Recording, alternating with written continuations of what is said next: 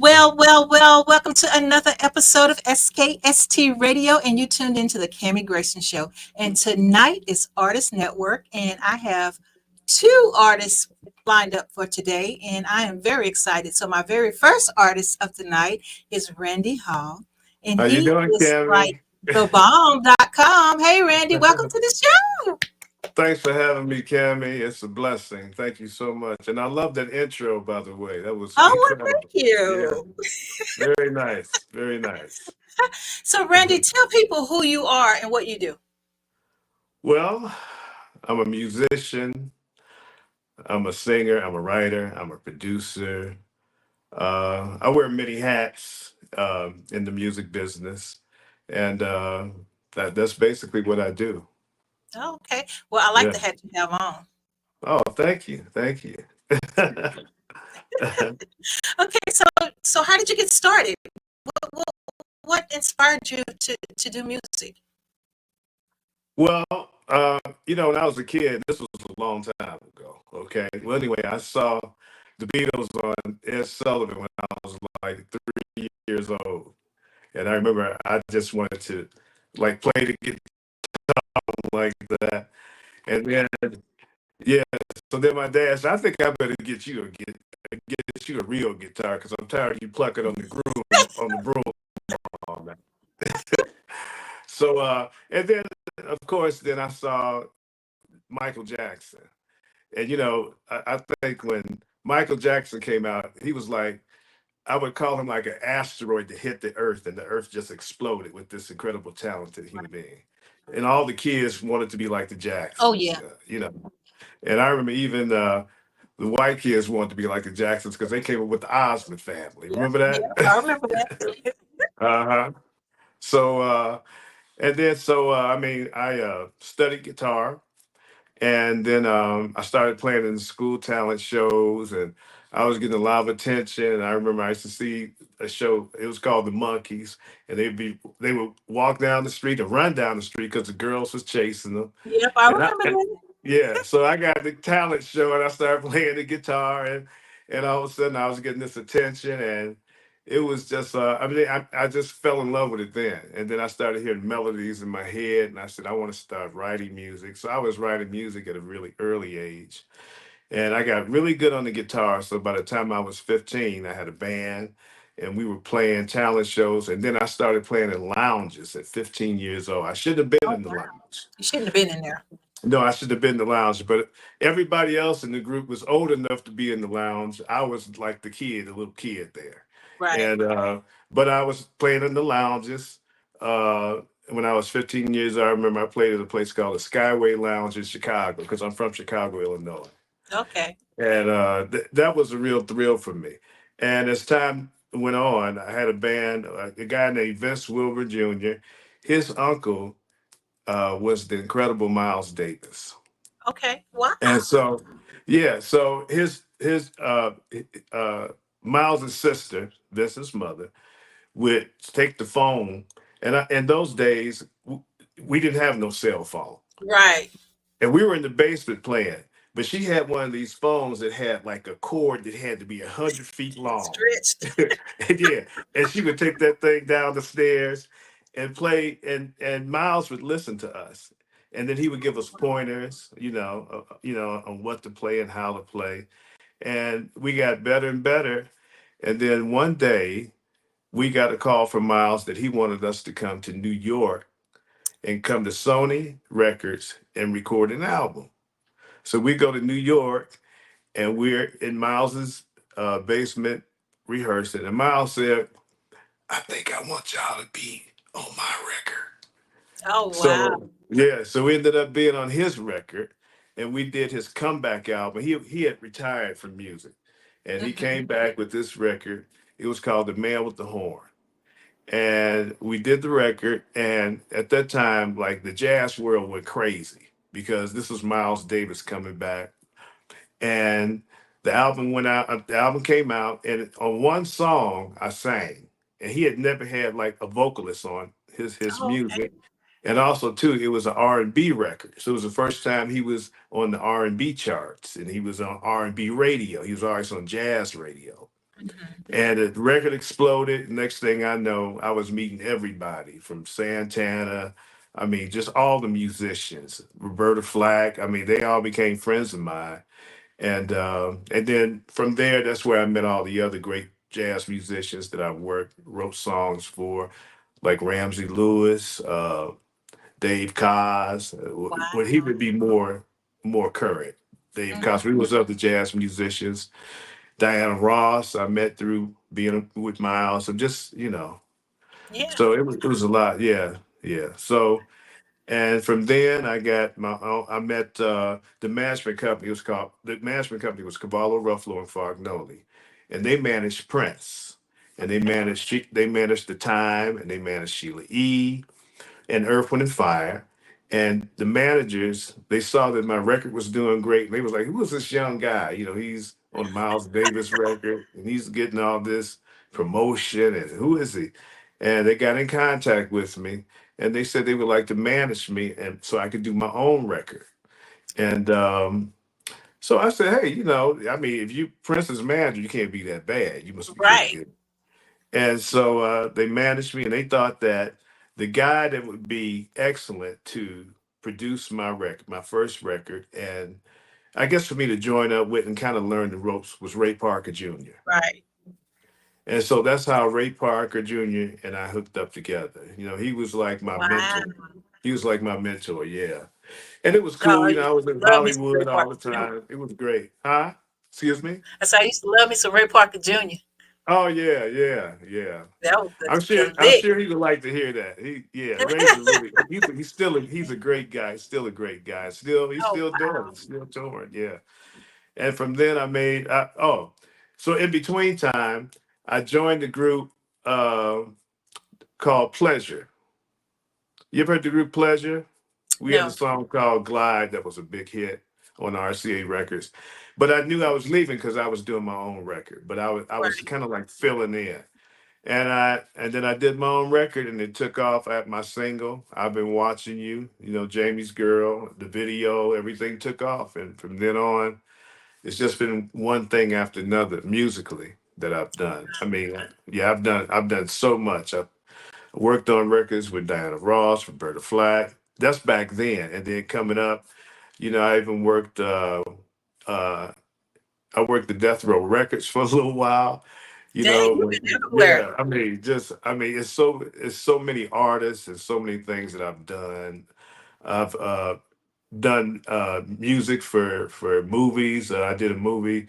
I did music for a movie called Soul Men with Samuel Jackson and Bernie Mac and John Legend. And I had to take them in the studio because they were singers in this movie. Mhm. Samuel Jackson and Bernie Mac, and they had to go in the studio and actually sing the songs that they put in the movie. And I tell you what was so funny I bet about that that was is that, interesting. oh, it was crazy. Because Samuel Jackson is just like the way he is in the movies. I mean, he's hilarious. And Bernie Mac was really Oh funny. yeah. Oh yeah. So between the two of them, it was just constant, just we were just all we were doing was just having fun. We were just having fun. So um but they were a little nervous because they Oh, had that's so never cool. because they were out of their domain singing, you know. Hmm. So they were a little nervous. But the movie came out, it did really well. They did really well in the studio. And of course, John Legend singing on the soundtrack, he was just fantastic, John Legend. So and Isaac Hayes was Wow. there working on it. Yeah, it was a great Star experience. study. Yeah. Yeah, yeah. And I left out a lot of things. I played with the Staple Singers, and I've done records for the group in Chicago. We had the Staple Singers, we had the Dales. Uh, at Death Row, I worked on songs Snoop Dogg, Tupac. I mean, I was there for all of that during that Wow. period. Yeah, So so you had a it's a great lot. journey. It's a lot. It's a lot. Yeah, You had a yeah, great journey. So what yeah. what was what has been your what was the hardest thing that you had to go through to on this journey? The hardest thing, let me see. Um, Hmm, that's a great question. I don't know if anything was really hard. I guess the hardest thing was dealing with record company mess. I mean, just dealing with the business part of it. But that's the most important part, because I think what happens Okay. is that we get caught up into artists get caught up into how much fun you have in making records and stuff, but you're not taking care of your business. Hmm. And you find that a lot Right. of artists have made, they make a lot of money, and then at the end they're broke. So that Right. that is Right. that can be that's difficult at times. Contract negotiations, um, dealing with record company, label people, that can be difficult. Wow. Wow. So now, so what was the most fun thing that you've ever done? Um, I don't know. I guess the fun is always performing. The Okay. fun always is performing when you're performing in front of. Uh, I did like a tour with New Edition, Pebbles, and somebody else. It was so long ago, but I'm, I mean, New Edition. They come out there and they just start dancing. They were kids then. Yeah. And I remember it was three little girls, and they were really young, because New Edition at that time, they were like 14, 13, 14, 15 years old or Yeah. something like that. And it was three little girls, and they were like New Edition's age. And, I mean, they had people my age too at the time. But Hmm. they really just wanted to see New Edition. So I came up before New Edition, and every time I would sing a song, they would be like, "Oh, you're gonna sing another song?" So I get up there and I'm dancing, I'm doing that. And I heard one little girl say, she said, "Do the Cabbage Patch." So I get up there and I started, "That ain't the Cabbage Patch." You know.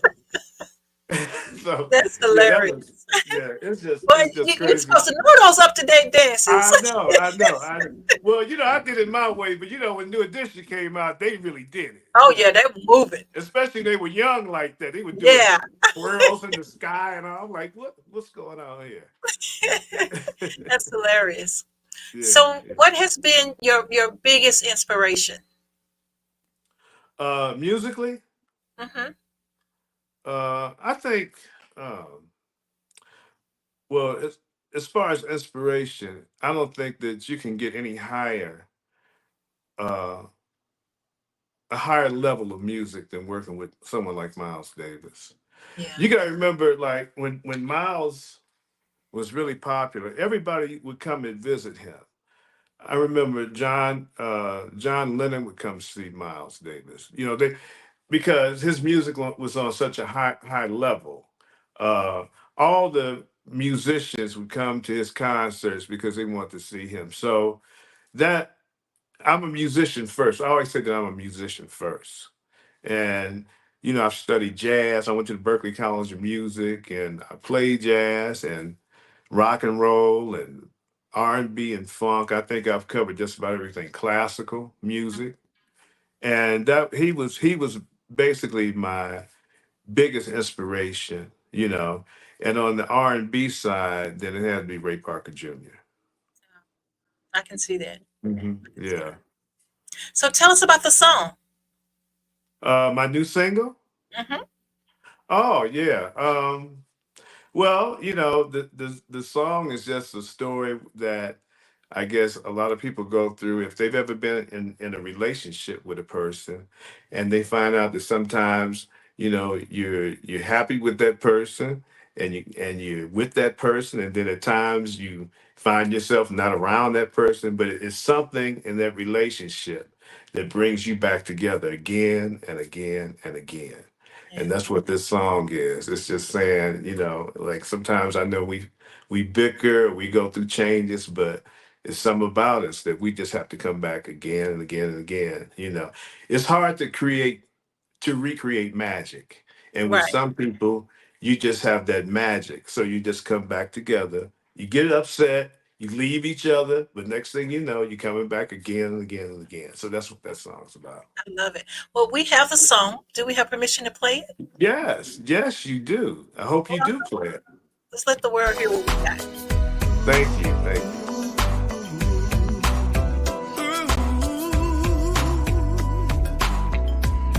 Yeah.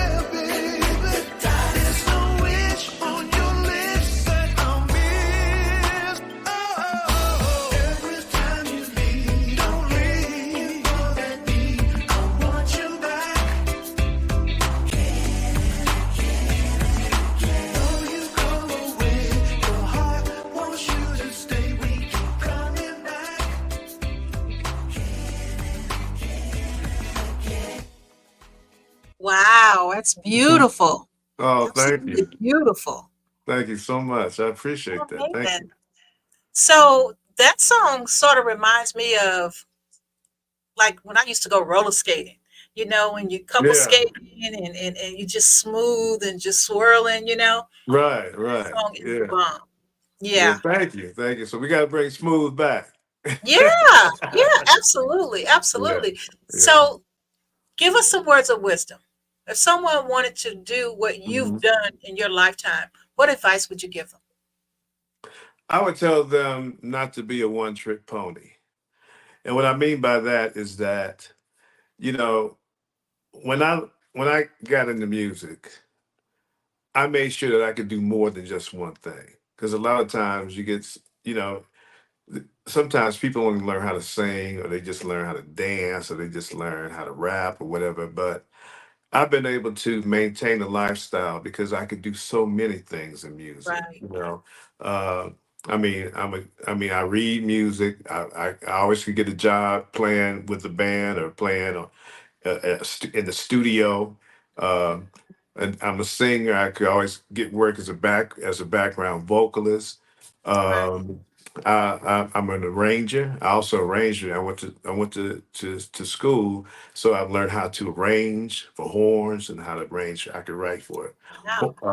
orchestra. I could write for orchestra. So I was always able to do so many things in music that I never went through hardly too much hardship because I could always make money. I could Right. always make money, and I find myself doing more than one thing at a time instead of just performing. I'm just doing all kind of things musically to make money. So Right. that's what I would tell kids, like, you know, it's good to go to school and learn some things about your craft, instead of just what you naturally can do. Learn how to do more than just one thing in your craft so that you can always make money in some kind of way in this business. Wow. Absolutely love it. Mhm. Absolutely love it. Well, guys, this triple threat handsome man in front of me. Tell Oh, people how thank they you. can get your music, Randy. Oh, well, I'm on all digital downloads, iTunes, Apple Music, all the main digital downloads. Absolutely love it. Spotify. So go purchase and make it Please, happen. please, let's do it. Let's Well, do Randy, it. thank you so much for being on the show. We want to invite you back. If you ever find yourself in Virginia Beach, this is where we are. You're more than welcome to stop by the studio and chop it up. We'd love to have you. Cami, thank you so much. It was so much fun talking to you. Thanks for the blessing of having me on your show. It's been Oh, really fun for me. absolutely. Yes, thank you Absolutely. so We're family much. now. So, Thank you. Thank you. absolutely. Okay, guys, this concludes our interview with the wonderful Randy. Thank you so much, Randy, for being on the show. And tell the audience bye. Until next week, Bye bye. SKST Radio. Bye bye. Take care. Bye. Thank you. Thank you.